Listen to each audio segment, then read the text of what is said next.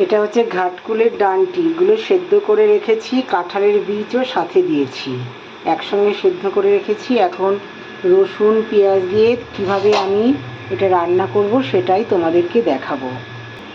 কড়াইটা গরম হয়ে গেছে, সর্ষের তেল দিয়ে দিচ্ছি।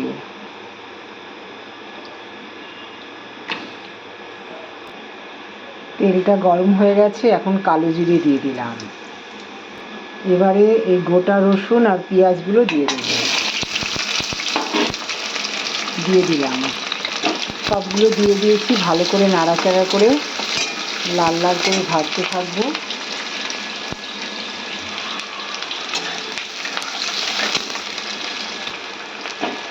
ভালো করে নাড়াচাড়া করে ভেজে নিলাম।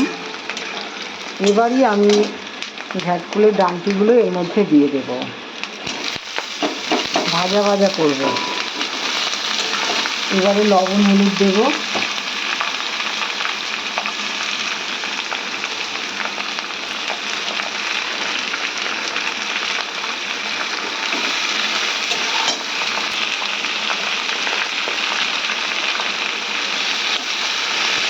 এই হচ্ছে উপকরণ, আর কিছুই কোনো মশলাই আর দেবো না। তোমরা তো দেখলেই কিছু দিলাম। এর মধ্যে শুধু কতগুলো গোটা গোটা লঙ্কা দেবো, আর এর মধ্যে দেখো কতগুলো লঙ্কা দিয়ে দিলাম। ব্যাস,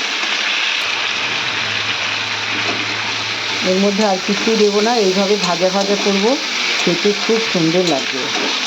আমি এইভাবে এই ডাঁটিগুলো রান্না করি, একটু তেলটা বেশি দিই, না হলে ভালো লাগে না, এগুলো তো বন্ধুরা। আর আমি চিনিটা মিলিয়ে রেখেছি, নইলে তো কথা বলাই যায় না। যেটুকু শুনতে পাচ্ছ এটা রান্নার আওয়াজ।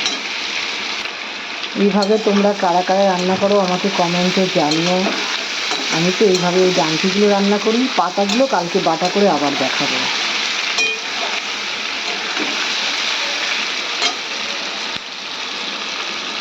এদিকে ভাতও বসিয়ে দিয়েছি, আর কই মাছটা তেল করে রান্না করব পটল দিয়ে। পটলও কেটে রেখেছি। আর দেখো আম দিয়ে ডালটাও আমার হয়ে গেছে, আম দিয়ে ডালটাও রান্না হয়ে গেছে।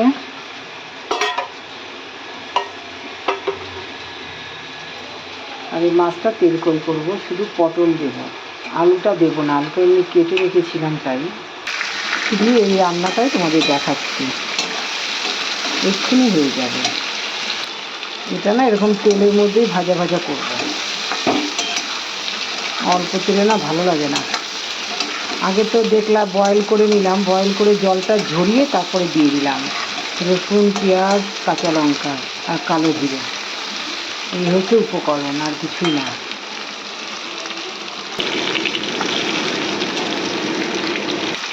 প্রায় হয়ে এসছে, আর একটু হবে। এর মধ্যে কোনো মশলাই দিই না, পেঁচলাইতে তোমরা কালো জিরে আর কাঁচা লঙ্কা দিয়ে রান্না করে নিলাম। আর কাঁঠালের বীজগুলো খেতে না অসাধারণ লাগে এর মধ্যে। একদম হয়ে গেছে, আর দেখতেও কত সুন্দর হয়েছে। একদম কমপ্লিট হয়ে গেছে, এখন নামিয়ে রাখবো। আর কীভাবে নামাচ্ছি সেটাও দেখো, একটুও তেল থাকবে না এর মধ্যে। এইভাবে আস্তে আস্তে করে তেলটা ঝরিয়ে ঝরিয়ে আমি নামাবো, নইলে ভালো লাগে না, জানো তো বন্ধুরা। এইভাবে আমি করি এটা, আর এটা খেতে না দুর্দান্ত লাগে। তোমরা দেখো আমি কীভাবে করে নিলাম।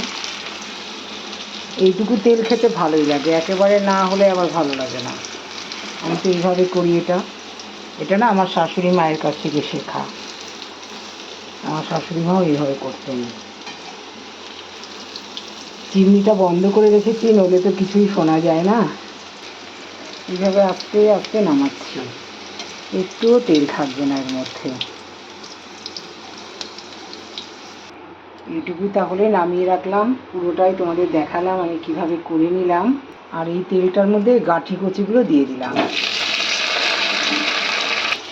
অসাধারণ একটা রেসিপি তোমাদেরকে দেখালাম। এইভাবে না গরম ভাতে খেতে অনেক ভালো লাগে।